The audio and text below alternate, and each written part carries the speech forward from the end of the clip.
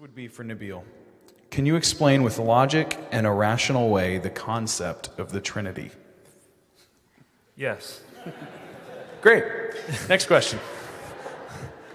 No, that's a very good question because it is so idiosyncratic to the Christian faith, and it is extremely important to understand. When I first wrestled with the Trinity, I found it to be very difficult. In fact, I was taught that the Trinity was veiled polytheism. Being raised in a Muslim home, especially with verses from the Quran like Surah Al-Ma'idah, verse 73, it made it pretty clear to me that the Trinity is a belief in three gods, not one. And when I asked the average Christian to explain what the Trinity was, I usually didn't get anything more than a blank stare. And they would say, well, it's 3 in 1. And I'd say, well, what does that mean? You know, it's 3 in 1. It's like, well, that's a shampoo, not God. Tell me, what do you mean 3 in 1? And generally speaking, I wouldn't get a response. I'm going to cut to it so that we can have more questions. It's important to be able to articulate the doctrine of the Trinity if you believe in it.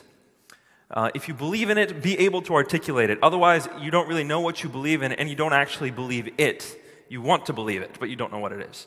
So be able to articulate the doctrine of the Trinity. The doctrine of the Trinity is the belief that God is one in being and 3 in person. 1 in being and 3 in person. So right off the bat, it's not a contradiction. Because if I were to say it's 1 in being and 3 in being, that is a contradiction. It's 1 in being and 3 in person. So what's the difference between a being and a person? A being is that quality or that essence or that substance, whatever you want to call it. A being is that which makes you what you are. And a person is that quality or that essence that makes you whom you are. So a being is that which makes you what you are. A person is that which makes you whom you are. Now, what kind of a being am I? Thanks for the vote of confidence. I appreciate that. Human being. I'm a human being, just so you know. Now, who am I?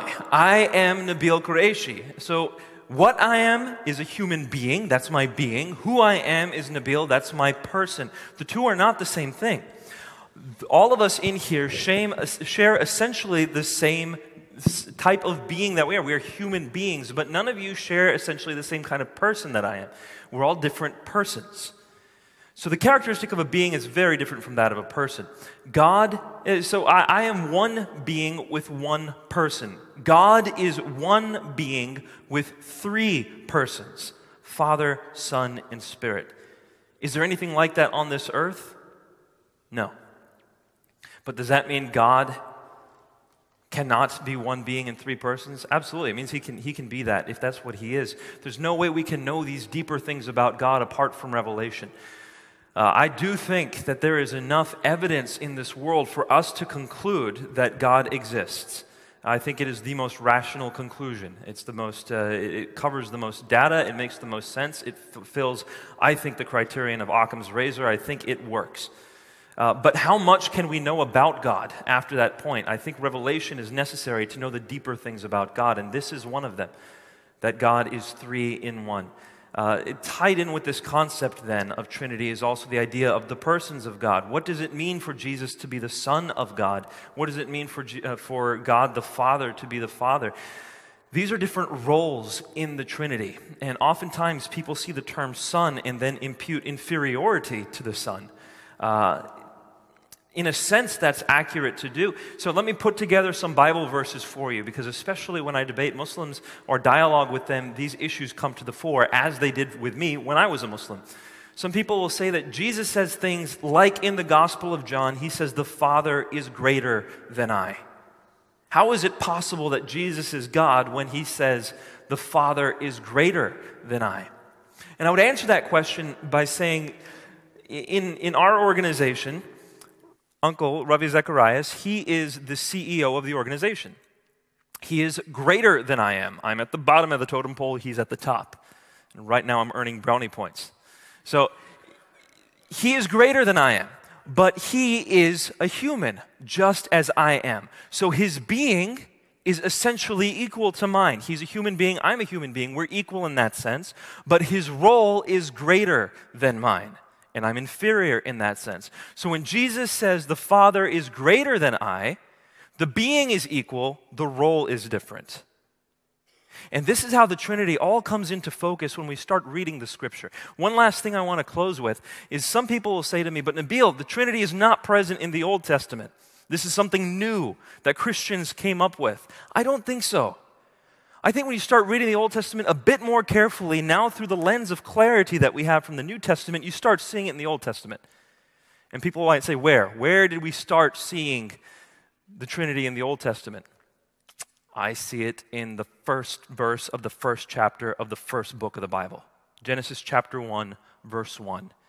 It says, in the beginning, God created the heavens and the earth. Well, let's take that back into the Hebrew. It says, Elohim created. Elohim is the plural of God. It's gods. In the beginning, gods. But then the word created treats that word as if it's singular. In the beginning, gods created, as if it were singular. So right there at the very beginning of the Old Testament, you have plurality and singularity in the Godhead. You see it again in the very same chapter where it says, we. God refers to himself as we, plurally. How can God refer to himself plurally? And some people say, well, the Queen of England does that. The plural of majesty was not used in Hebrew at that time. It was not convention. And then also when God says, we will create man in our image, male and female, we will make man. Male and female, in his image, and then it goes to plurality once again. Multiple times plurality in the Godhead. I'll end by saying this. In the Shema, this is the statement that Jews would often recite twice a day. Shema Yisrael, Adonai Eloheinu, Adonai Echad. Hear, O Israel, the Lord our God, the Lord is one. Okay, very profound proclamation. The Lord our God, the Lord is one. In a world of polytheism, it's very profound. But that word one, echad, is not used to describe a singularity. It's used to describe something like a cluster of grapes. You would refer to the entire cluster as one cluster. That's what the word echad is. So even in the Shema, we have shades of the Trinity. It's just clarified through the person of Jesus, and it explains so much of what happens in the gospel. And I think, there's a lot more we could discuss here, but I think it's one of the most beautiful teachings about the depth of God's character and how he is unlike anything in this universe.